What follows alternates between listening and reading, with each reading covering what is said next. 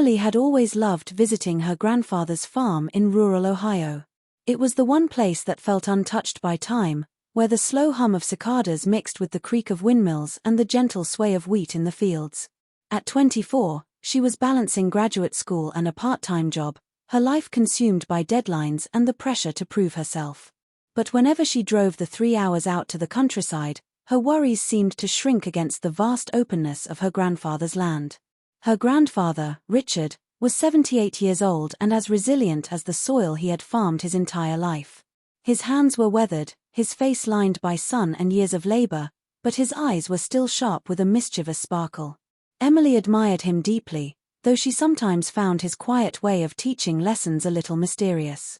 That Saturday morning, Emily parked her car by the fence and stepped out into the crisp air. The red barn stood proudly near the house, its wooden boards worn but strong, and the scent of hay and earth filled her lungs.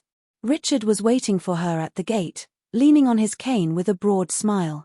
"You're here early," he said, his voice steady but warm. "I couldn't wait," Emily replied, hugging him. "I missed this place." They walked together toward the barn. Emily noticed how carefully her grandfather moved, each step deliberate.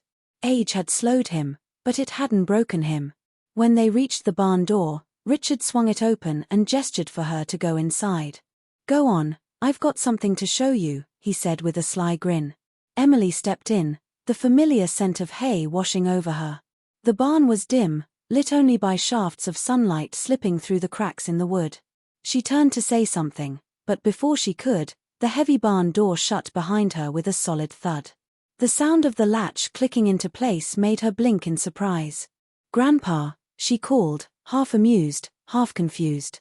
From outside came his calm voice. "Don't worry, Emily. I'll be right in. Just wanted to make sure we had some quiet time."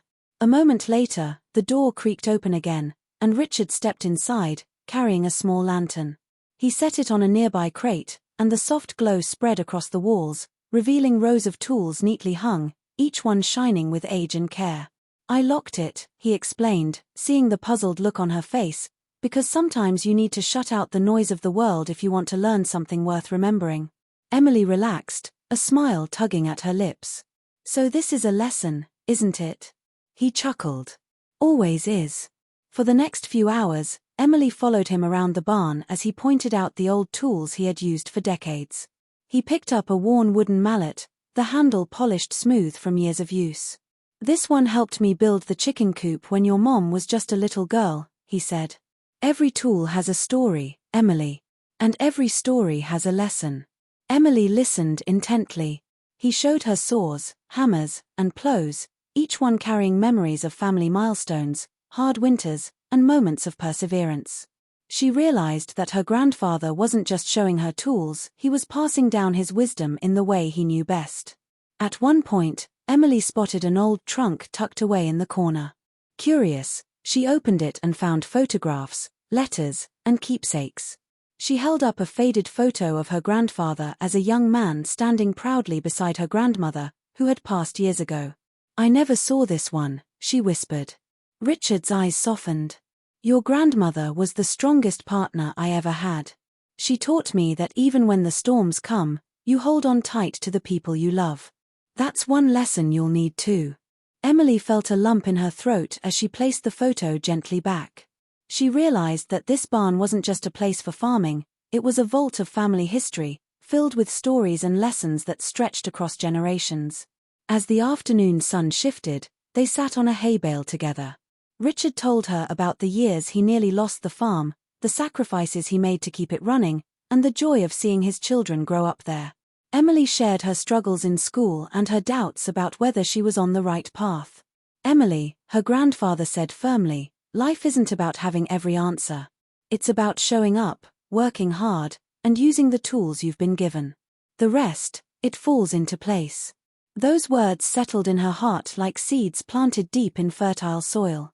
Before long, they began organizing the barn, wiping dust off old tools, sweeping the wooden floor, and even laughing when Emily tripped over a stray rope. It felt less like chores and more like a bonding ritual.